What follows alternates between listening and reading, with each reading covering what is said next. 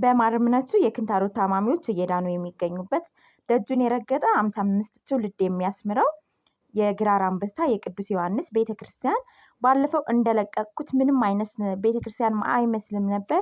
አሁን ግን ይሄው ቀለሙን አስቀብተናል። ዕጣን ጧፍ ይዘንላቸው ሄደናል። የእመቤቴ ወዳጆች ከፊታችን ጥር 30 ይነግሳል።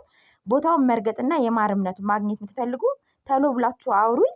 ደርሶ መልስ ጉዞ መሄድ እንችላለን በ30 ማለትም ቅዳሜ እና ቤተክርስቲያኗን ደግሞ እንስራት፣ ልሾ እናስደርገው፣ ቀለም እናስቀባው።